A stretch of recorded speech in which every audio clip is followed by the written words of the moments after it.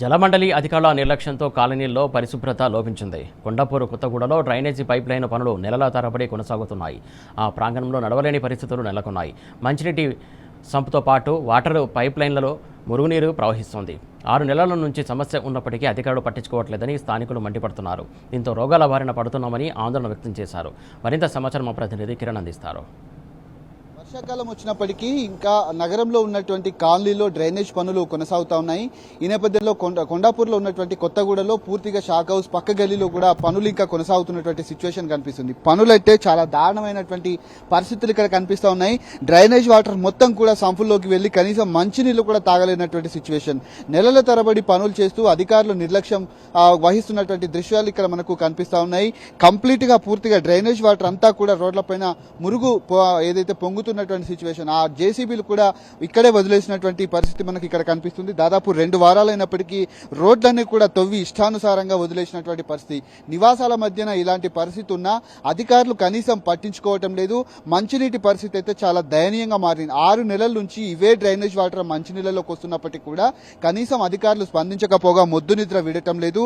మంచినీళ్లు తాగటానికి కాదు, పిల్లలకు రోగాలు కూడా వస్తున్నాయి. పక్కనే హాస్టల్స్ కూడా ఉన్నాయి. వాళ్ళు కూడా కనీసం మంచినీళ్లు తాగలేనటువంటి పరిస్థితి, రోగాల బారిన పడుతున్నటువంటి పరిస్థితి. ఆ పైప్ లైన్లు వేసి ఇక్కడ ఇష్టానుసారంగా వదిలేసి వెళ్లారు. ఆ డ్రైనేజ్ వాటర్ అంతా కూడా సంపుల్లోకి వెళ్తుంది, మంచినీళ్ళలోకి వెళ్తున్నటువంటి పరిస్థితులు మనకు కనిపిస్తూ ఉన్నాయి.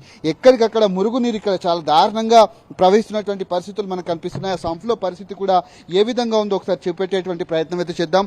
ఇక్కడ ఉన్నటువంటి దాదాపు 10-15 అపార్ట్మెంట్లలో కూడా ఇదే పరిస్థితి కొనసాగుతుంది.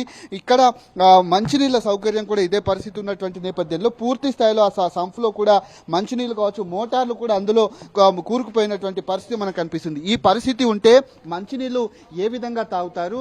అసలు ఇక్కడ ఉన్నటువంటి పరిస్థితి ఇంత దారుణంగా ఉంటే అధికారులు మాత్రం నెలల తరబడి పనులు చేస్తూ ఇట్లాంటి పరిస్థితులు కనిపిస్తా ఉన్నాయి. మంచినీళ్ళకు సంబంధించినటువంటి పైప్ లైన్ ఇక్కడ ఉంది.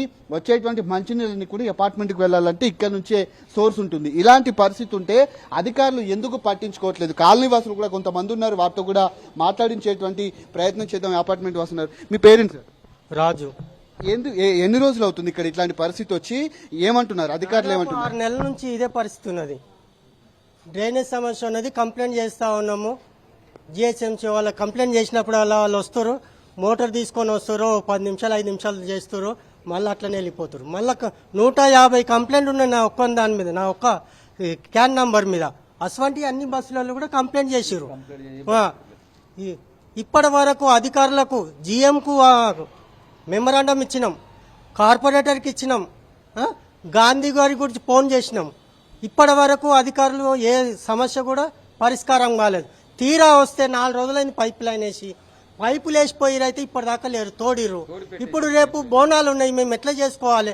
ఒకసారి వాటర్ చూడండి, మంచినీళ్ళు వాటర్ చూడండి ఒకసారి. ఇక్కడ ఎట్లా స్మెల్ వస్తున్నాయి ఒకసారి చూడండి మీరు. స్మెల్ ఎట్లా వస్తున్నాయి? ఏం తాగాలి? 6 నెలలు అయింది. ఒక లైన్ మునిగిపోయింది, ఒక లైన్ మునిగిపోయింది, అందులోనే ఉన్నది. అధికారులు ఏమంటున్నారు? అసలు గతంలో ఎప్పుడైనా ఉందా ఇట్లాంటి పరిస్థితి? 5-6 నెలల నుంచి అయితే గతంలో ఇప్పటి వరకు అయితే ఇట్లా కాలేదు. మేము బిల్డింగ్ కట్టి 15-20 ఏళ్ళు అయింది, కానీ ఇటువంటి సమస్య ఎప్పుడు రాలేదు. ఎప్పుడు వచ్చినా మోటార్ తీసుకొని వస్తురు, క్లీన్ చేయడం లేదు, వస్తురు పోతురు.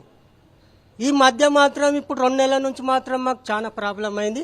రేపు బోనాలు చేయాలన్నా బస్సులో చేయొద్దా, నడవలేని పరిస్థితులు ఉన్నది. ఇప్పుడు నిన్న జిఎం వచ్చిండు, చూపెట్టినాం. ఆయన ఏమంటుండు, షాకోజ్ హోటల్ వాళ్ళది లైన్ కలిపిరు కాబట్టి అది జామ్ అవుతుందని చెప్తారు.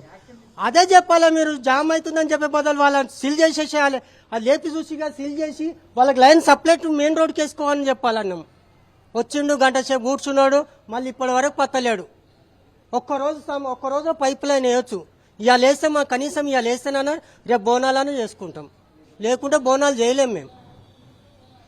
ఇది వారు చెప్తున్నారు. మరికొంతమంది కూడా ఉన్నారు, వారితో కూడా మాట్లాడించేటువంటి ప్రయత్నం చేద్దాం. ఏమంటున్నారు అధికారులు? ఏమంటున్నారు? ఇంత చాలా దారుణమైన పరిస్థితి ఉంది. కంప్లైంట్ చేసినా పట్టించుకోలేరు సార్. 15-20 రోజులు అవుతుంది దాదాపు. ఎనీ టైం అదే ప్రాబ్లము. మా సెల్లారు నిండిపోయి వాటర్ ట్యాంక్లో డ్రైనేజ్ కలిసిపోయింది, నీళ్ళు లేవు. కింద మోటార్ ఆన్ చేసుకుని బకెట్లో పట్టుకుపోయి స్నానాలు చేసుకుని చాలా ఇబ్బందికరంగా ప్రాబ్లం అవుతుంది. కొంచెం మీరు దయచేసి మీరు న్యూస్ అధికారులు తీసుకుపోయి కొంచెం యాక్షన్ తీసుకోవడం చేయండి.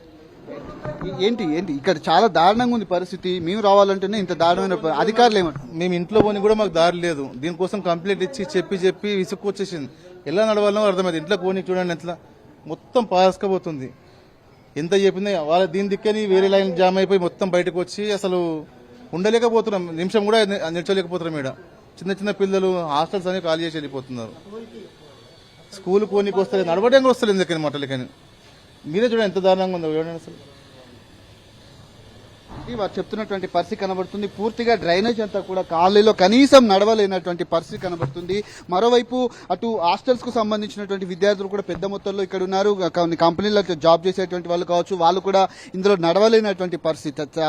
మొత్తం ఇళ్లలో నుంచి వచ్చేటువంటి డ్రైనేజ్ వాటర్ కావచ్చు, పక్కనే ఉన్నటువంటి షాగ్ హౌస్ కారణంగా ఒకే పైప్ లైన్ ఉండటంతో పూర్తి స్థాయిలో ఉన్నటువంటి పైప్ లైన్ అంతా కూడా బ్లాక్ అయిపోయింది. అందులో ఉన్నటువంటి పరిస్థితి మాత్రం నీళ్ళన్నీ కూడా జామ్ కావడంతో మంచినీళ్ళన్నీ కూడా పూర్తి స్థాయిలో అటు ఏదైతే ఉన్నటువంటి సంపులోకి వస్తున్నటువంటి పరిస్థితి కనబడుతుంది. గల్లీలో పరిస్థితి అయితే చాలా దయనీయంగా ఉంది.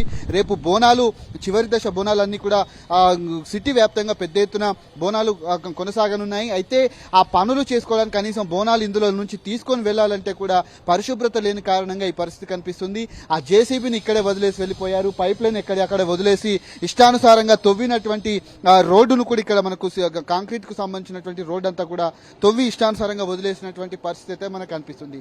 ముఖ్యంగా అటు జలమండలి అధికారుల తీరుతో ఎక్కడికక్కడ కొనసాగుతున్న లోకల్ అధికారులు కావచ్చు, లోకల్ కాంట్రాక్టర్లకు పనితీరు వల్ల నగర వ్యాప్తంగా చాలా వరకు ఇబ్బందులకు పడుతున్నటువంటి పరిస్థితి మనకు కనిపిస్తుంది. మంచినీళ్ళు కూడా తాగలేనటువంటి పరిస్థితి ఉందంటే హైదరాబాద్ లో ఏ విధమైనటువంటి పరిస్థితి ఉంది. ఏదైతే ఏఐ టెక్నాలజీతో ఉన్నటువంటి కెమెరాలన్నింటినీ కూడా పైప్ లైన్ లో పంపించి ఎక్కడ వాటర్ లీక్ అవుతుంది తెలుసుకునేటువంటి ప్రయత్నం చేస్తున్నామని కూడా చెప్తున్నప్పటికీ ఇంత పెద్ద మొత్తంలో మనకు కళ్ళ ముందు కనిపిస్తున్నటువంటి పనులు చేపట్టడానికి ఈ విధమైనటువంటి పరిస్థితి ఉంటే రాబోయేటువంటి రోజుల్లో పరిస్థితి ఏ విధంగా ఉంటుందని మాత్రం మనం అర్థం చేసుకోవచ్చు. జలమండలి అధికారులు వచ్చి చూసి వెళ్తున్నారు తప్ప కనీసం తమ గోడు పట్టించుకోవట్లేదు. 6 నెలల నుంచి మంచినీళ్లు తాగటానికి కూడా తీవ్రంగా ఇబ్బందులు ఎదురవుతున్నాయని కూడా ఇక్కడ స్థానికులు అయితే చెప్తా ఉన్నారు. కెమెరామెన్ శ్యామ్తో కిరణ్, టీ న్యూస్, హైదరాబాద్.